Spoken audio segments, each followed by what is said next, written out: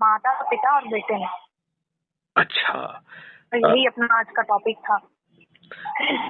ये बताइए आपके पास सुसाइड करने के अलावा और कोई विकल्प है क्या? 75 सालों से आपके ऊपर गुलामों के नियम कानून थोपे हुए हैं। आपकी प्रशासनिक व्यवस्था वही क्रूर है, अपारदर्शी है जो अंग्रेजों ने भारतीय गुलामों के लिए बनाई हुई थी। बिल्कुल बिल्कुल। हमारे दुष्ट राजनेता वही हमारे ऊपर थोपे हुए हैं। हमारी शिक्षा व्यवस्था वही है जो लॉर्ड मैकाले ने हमारी संस्कृति को कुचलने के लिए बनाई थी। और हम बताइए, क्या हम बेबस नहीं हैं? मुझे लगता है कि सुसाइड करने के अलावा किसी के पास कोई विकल्प ही नहीं है, क्योंकि कोई सुनने वाला ही नहीं है।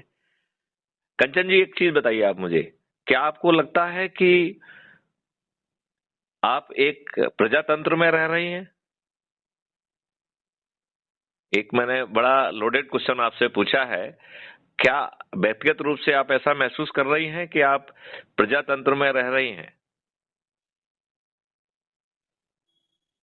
कंचन जी, आपकी आवाज नहीं आ रही है। आ रही है? नहीं, बीच में गायब हो गई थी। कंचन जी, आप एक पत्रकारिता से जुड़ी हुई शख्सियत हैं और बेहद ही जागरूक हैं। आपकी क्या सोच है? क्या आप प्रजातंत्र में रह रही हैं? नहीं, आपका एक की आवाज उठाने से कोई मतलब ही नहीं है सर।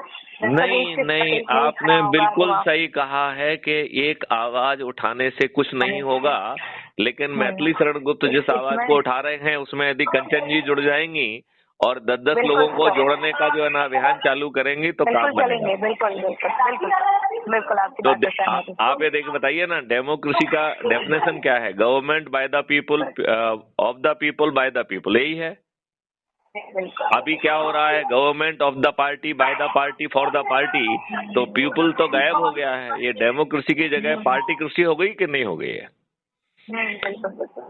मैं आपसे बेहद प्रसन्न हूंगा यदि आपके वैसे तो मालिक जी को भी मैं जानता हूं, यदि आप जो है एक चाय अरेंज करें अपने स्टाफ के साथ और हम वहां पे आपके स्टाफ के साथ चर्चा करना चाहते हैं देश हित के मुद्दों के बारे में।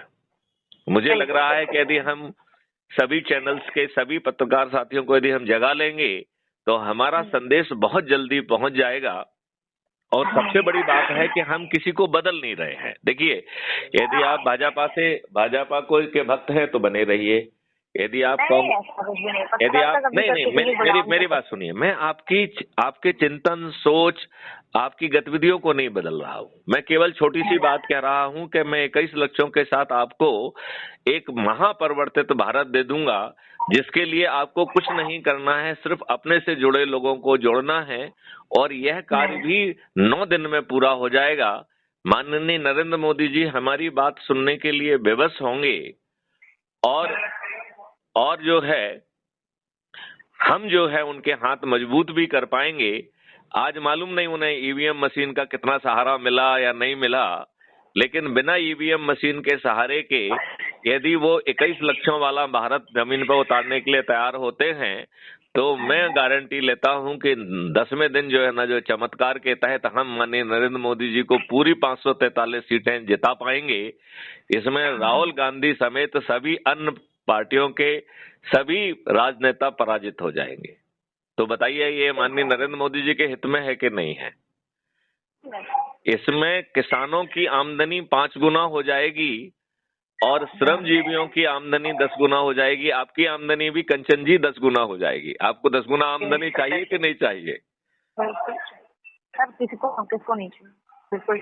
और आपके जो आसपास अभी रासायनिक विष परोसा जा रहा है, जिसके कारण भारत की 66% पॉपुलेशन कैंसर से पीड़ित हो जाएगी, आप उससे भी बच जाएंगे।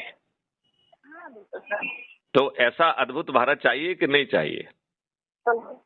तो आप बताइए, आप कब हमारे लिए चाय की व्यवस्था कर रही हैं?